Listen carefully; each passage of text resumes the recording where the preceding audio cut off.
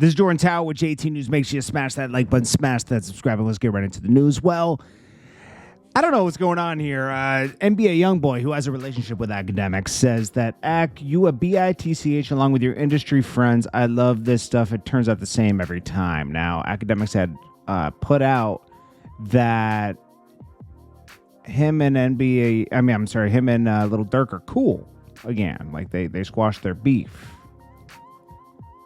You know what? You know what I think happened? I think Lil Durk probably misinformed Akademiks about, and it wasn't like totally cleared, with NBA Youngboy, because he has a relationship with both of them. It doesn't make sense that all of a sudden he would lash. We'll see what he says here. Yo, Hack, you're crazy. I'm saying, Durk ain't. I might have forgot to tell the public that Durk and Youngboy don't got beef no more. Today, look how far. Now, maybe he was just trying to promote them being cool again. I don't know. Anyways, Lil Durk put out a message towards NBA Youngboy saying, first he liked a tweet about them being cool again, right? Then he put out some tweet what did he say? He said something about F that. Well, he said something specific. Here it is. Okay, here he said, F you and who you stand, and who you came with. Ooh, deep words by Lil Durk. Now, shout out to Say Cheese. They captured this before it got deleted. But yeah, crazy out here, man. Then we got DJ MV. He goes at that woman. What's her name? Ebony K. Is her name Ebony K. Williams? Is that her name? She was talking about she wouldn't date a bus driver and all this other stuff.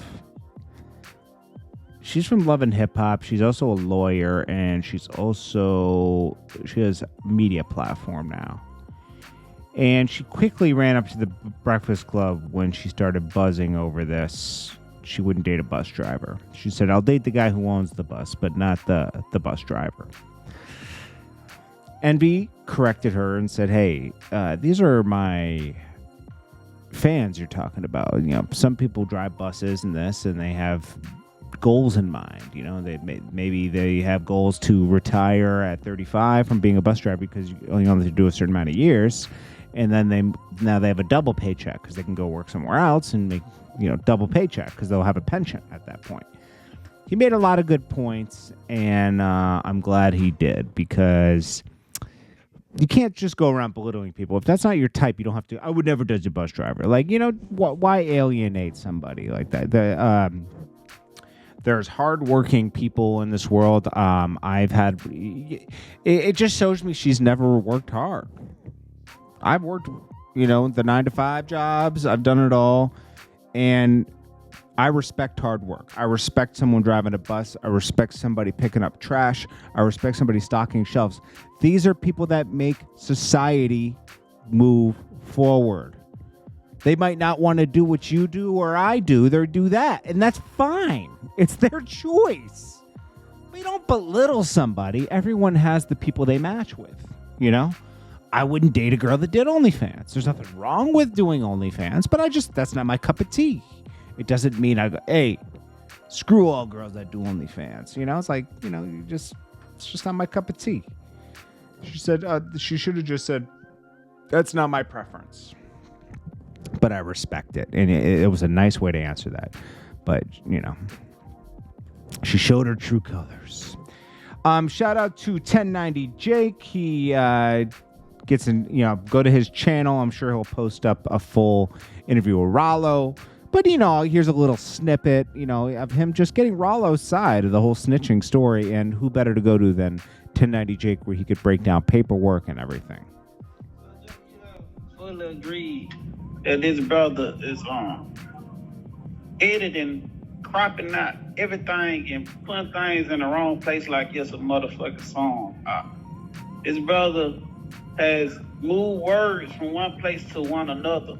He had to probably go to do Pro Tools or some type of shit in reference to this matter. So honestly, bro, the brother is completely misleading people into the wrong direction. So that's basically the guy who supposedly edited the paperwork is what I'm getting from this. And 1090 Jake's always good at finding the original paperwork, and then he can compare it to that paperwork, and which is good because, you know, he's going to clarify. You always need somebody that's knowledgeable. This is where 1090 Jake thrives. Obviously he's good at breaking down paperwork and this other stuff because he's been in the system. So he's the person I would always go to get something checked because he understands it. He understands what could be fake, what's real, how people operate, how people fake paperwork, how people do, how to get real paperwork, because he's been in the system and around people that do these things. So who best to break it down? 1090 Jake. As long as he can never be bought, he's a legit source,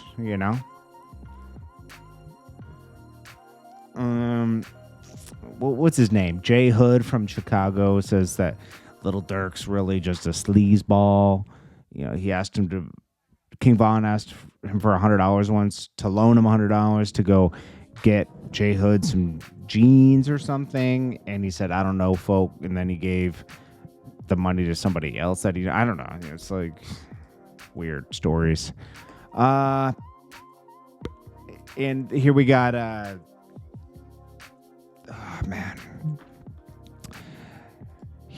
so basically Roddy Ricch is being dragged by his baby mom. She calls him out for allegedly being a deadbeat dad. I highly doubt that.